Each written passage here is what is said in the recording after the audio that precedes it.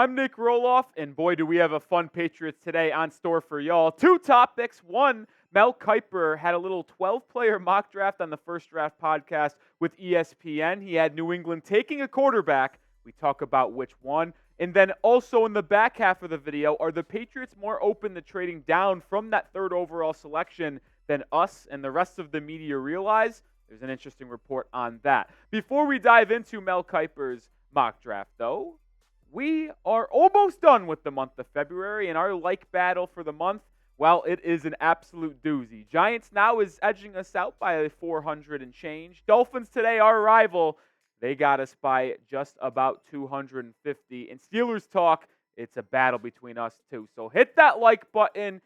Let's get this like win in the month of February. Do your part. You know, that's what Coach Bill would say. All right, we'll go to Mel and Fields because this was a collaborative mock draft in the first 12 picks between Field Yates and Mel Kiper Jr., who do the First Draft podcast. Caleb Williams went number 1 to the Chicago Bears. No surprise there. And then the Washington Commanders went with Jaden Daniels with pick number 2. At least that's what they mocked going into the NFL Combine. So where does that leave New England? North Carolina quarterback Drake Maye heading to Foxborough in this mock draft. That is who they made. And to me, this is the right decision.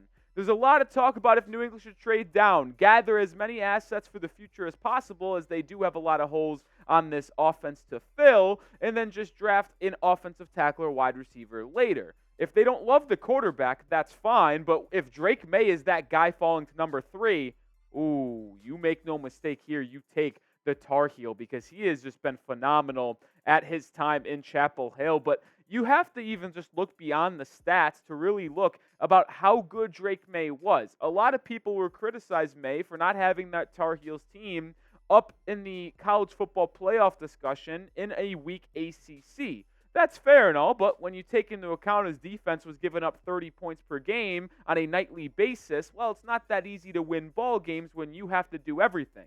And when you also look at that Tar Heels offense, their offensive line was below average. They have one player on that offense that is going to be drafted in the first 2 days of the NFL draft, and that is Devontae Walker, who is one of the biggest fallers in the NFL draft heading into the Combine after his poor performance at the Senior Bowl. So the raw statistics for Drake Maye don't paint the whole picture.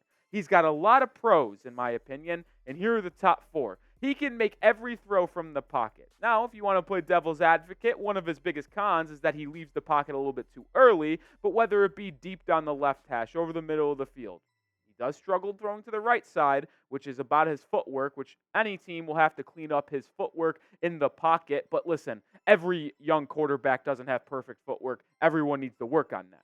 He has a very productive 2 years, even though he dropped off in year 2. He can run for damn near 1,000 yards. He's throwing for 3,500 plus. The passing touchdown numbers might not be there if you're just looking at the raw stats, but when they got inside the 5-yard line, they handed off to Amarian Hampton quite a bit, who is one of the top 2 backs in college football last season, not entering the draft, though. Like I mentioned, that mobility, it's not even just running. When he eludes and escapes the pocket, the best thing he does, in my opinion, is keep his eyes downfield. He is not going to hop out of the pocket and just go for and run for a first down. He'll keep his eyes downfield, bring up the linebackers, and catch a wide receiver, a tight end running down the field. And the last pro, and the biggest pro in my opinion, is he is an elite thrower of the football over the middle of the field. I think if you ranked every single quarterback in terms of how good they are throwing on each quadrant, you talk about 15, 20, even 25, 30, 40 yards in the middle of the hashes. When he's reading, he looks left, looks right, and looks over the middle. He is the best in this draft class at firing darts over the middle. He can also layer the football at an elite level. I just said a lot of Drake Maye propaganda, if we're going to be honest. That was a nasty narrative by me. We'll talk more about the Patriots' thought process in that 3rd overall pick. But should New England take Drake Maye at pick number 3? If you believe they should, type Y. If you don't, type N. The truth, though, behind this, and why I am such an advocate, if Drake Maye's there at 3, you take him, you run to the cash counter, and you don't look back, is because you will only go as far as your QB will take you in the National Football League. In May, whether you like it or not, and if he fills his potential, it's definitely a possibility he doesn't. But he has top 5 quarterback in the league potential based off his size, his frame, his arm strength, his mobility. He can do it all in today's modern day NFL. And let's just stroll back at the last 10 Super Bowl winning quarterbacks. You're going to see Patrick Mahomes here out 3 times. You're going to see Tom Brady on here 4 times. Oof. Ah, man, chills even just looking at this. 4 rings for our guy Brady, 3 in Foxborough, my goodness. Stafford in 22, the fluke in this 10-game sample or 10-year sample size, Nick Foles in 2018, and then Peyton Manning in 2016. The moral of the story, the point of me showing you this graphic is that you are going to you could get to the Super Bowl, you can get to the big game with a below average quarterback in terms of traits and maybe a top 5 range. But you have to be able to have a guy that can do everything, take over a game to win the Super Bowl. You look at these Chiefs team, and the team like in 2019 that New England won the Super Bowl with, the last Super Bowl for the Patriots. What was the common theme between the most recent Chiefs Super Bowl this year and that Patriots team?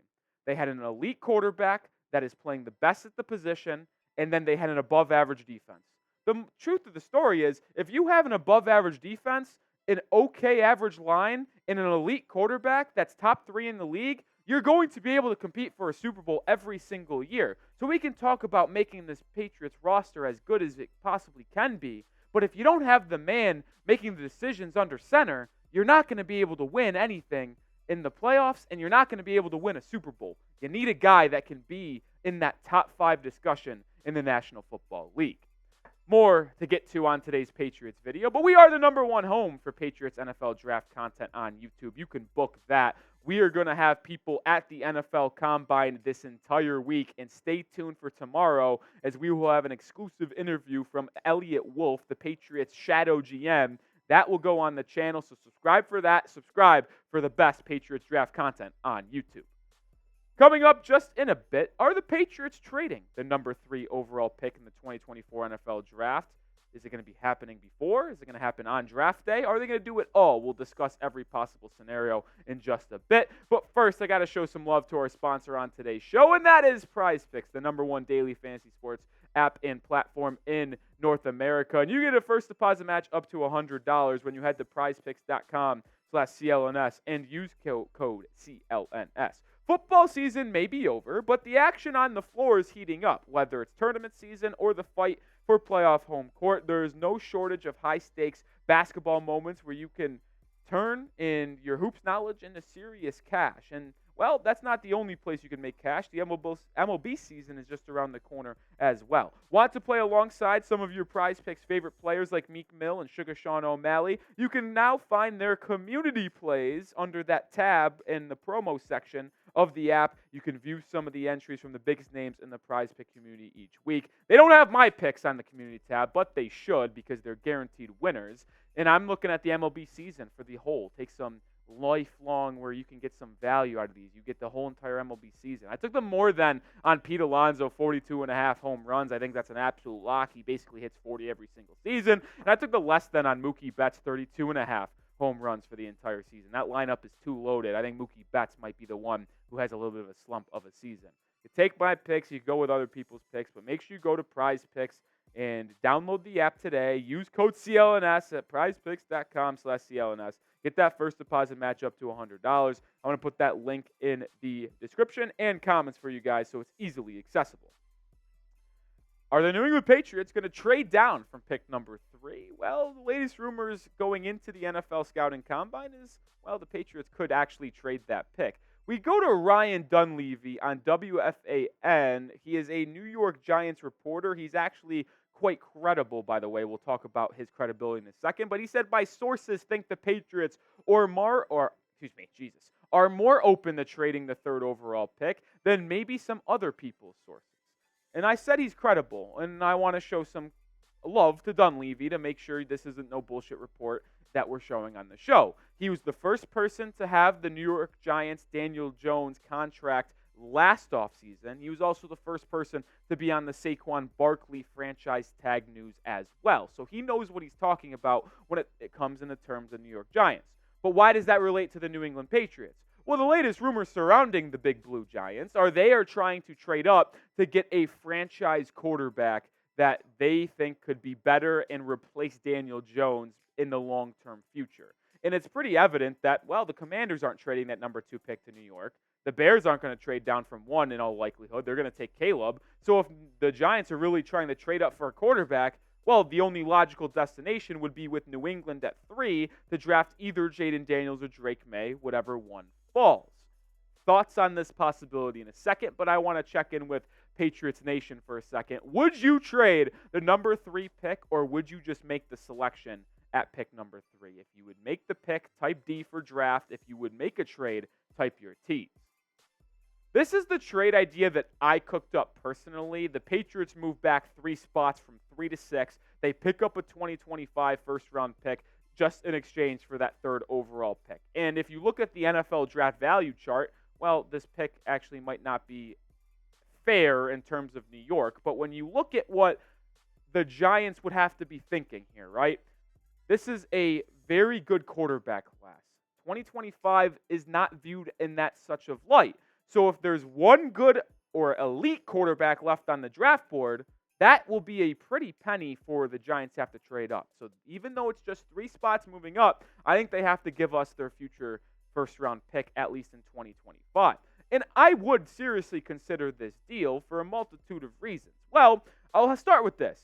If you're New England picking at 3 and you fall in love with Drake Maye and you don't really fall in love with Jaden Daniels, but the first 2 selections in the draft goes Caleb and Drake, and you're sitting here like, well, we're kind of lukewarm on Jaden Daniels. I don't know if he's really going to be that franchise guy, but New York is sold on him, and they trade up for him. Well, then I could be sold because, well, if you're still picking at number 6, you're still guaranteed one of these 5 guys if you want to go that route.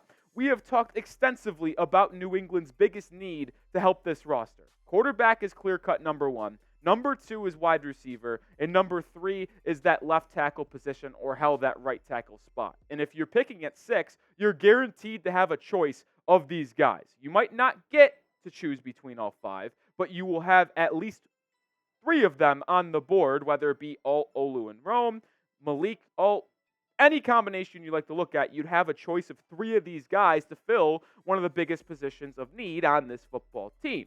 And here's another thing that I want to make very, very clear in terms of the Patriots potentially trading the number 3 overall pick. If New England wants to move down from number 3, it has to be on draft day. Why does it have to be on draft day? Well, it's because of what I mentioned just a second ago. You're going to get more value if that pick is moved on that particular day. And here's another thing, too. It's like, obviously, New England's going to extensively evaluate these quarterbacks. Well, what if Drake Maye or Jaden Daniels, whatever one they prefer, does fall to 3? Well, then that's who they're going to take. And if they like those guys, they're going to take the quarterback. But if one of them doesn't, and the one that they like isn't there, then you could trade back. And it's like all fluid situation. I think it would be a monumental mistake to make a trade back before the draft process or the draft has really started. To me, it has to be on draft day to get the most value back in return, but also make the right decision for your football team. We'll have you covered on the latest Patriots draft rumors all week through the Combine. We'll have clips of interviews at the Combine with all 3 quarterbacks, some wide receivers. Like we mentioned, Eliot Wolf as well, a full video that will go on the channel tomorrow. So make sure you hit that sub button. I'm Nic Rohloff, and I'll see you on the next video.